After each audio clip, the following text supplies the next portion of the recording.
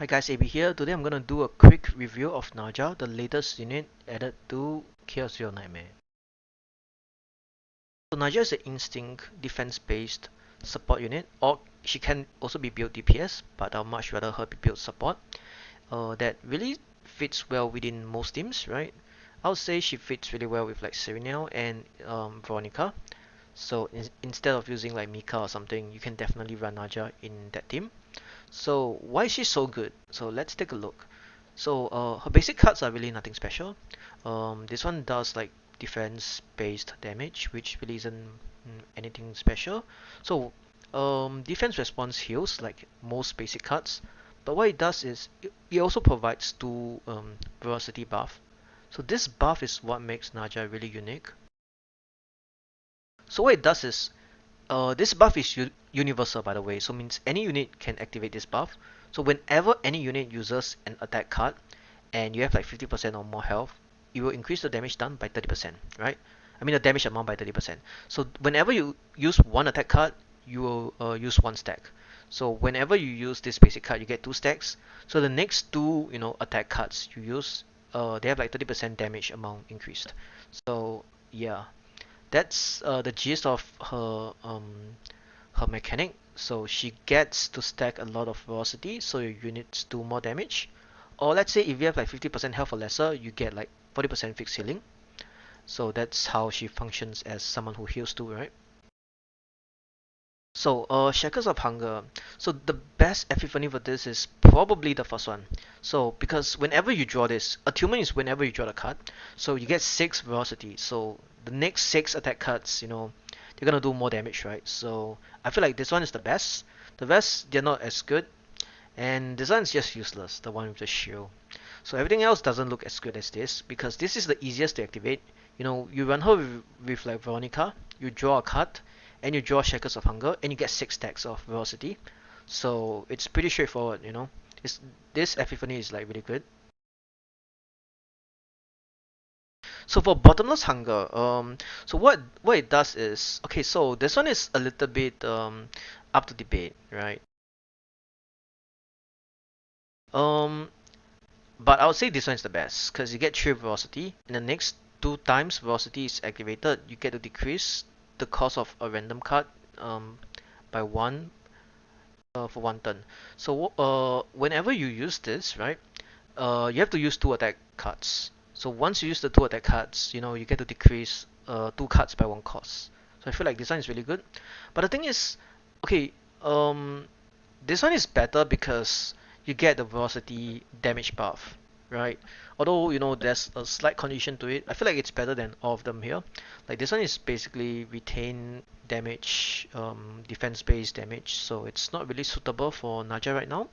But maybe it's better in the future for defense killing DPS. This one is not as good because it doesn't provide velocity buff, so you kind of want the buff, and when you have the buff, you can activate the decreased cost anyway, right? And the rest, they're not good at all. I really don't like the rest of them. So it's definitely between the first one and the second one, but the first one is just better. So voluntary control. So this one is basically, it's also pretty clear cut. You want this one because what's gonna happen is when you have 9 velocity. So this is why, okay. Oh, sorry. When you have lower than 6, you get 9 velocity stacks, and when you have 6 or more stacks, you gain 3 predation. So this is why I say you want velocity on your previous epiphanies, because if you get 6 or more stacks, you get predation, and when you have predation, you get 80% damage amount dealt by attack cards. So that's a lot compared to like 30%, right? And you get 3 predation, so it means your next 3 cards they're gonna do, you're gonna have 80% damage amount increase. So kind of good. And the rest of them is just not as good as this if you are playing Naja as a buffer, which I think is the right way to play her right now. And I mean, for me, I'm running her as a buffer, so I'm just speaking from my own experience. So this makes your entire team do more damage, right? So it makes Serena a lot stronger. So definitely, I would say this is like her best epiphany.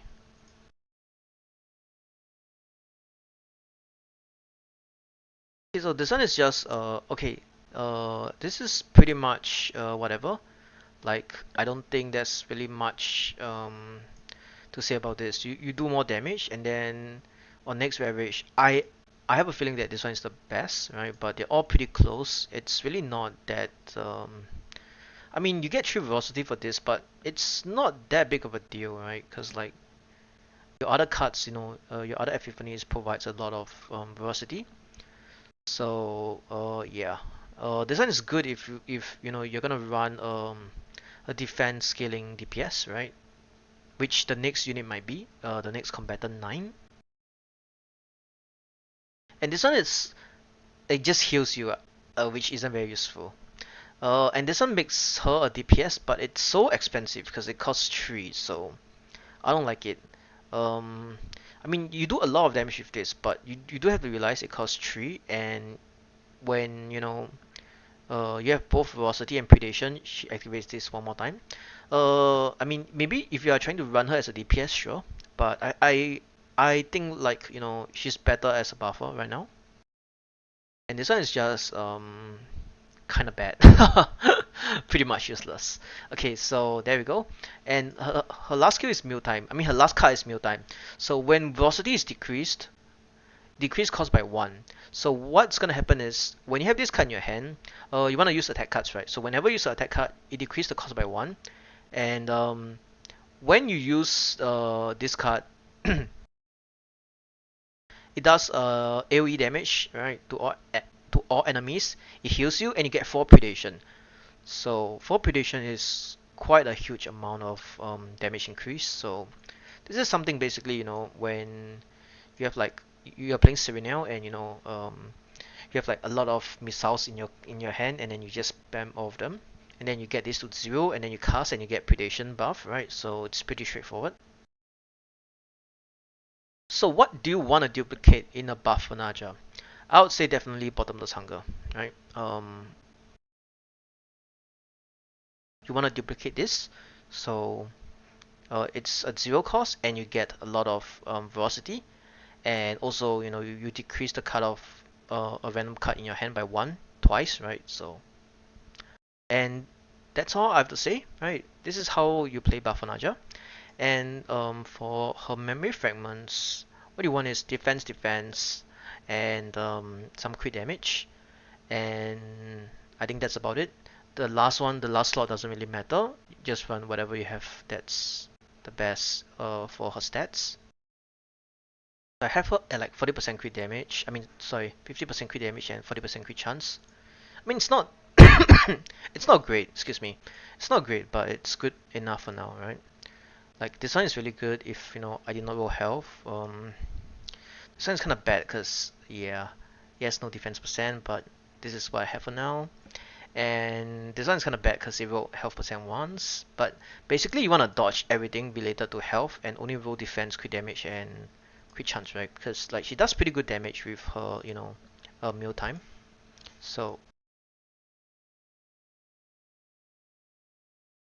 but if you're playing her as a buffer, her damage doesn't really matter that much. So it's just something as like a small bonus.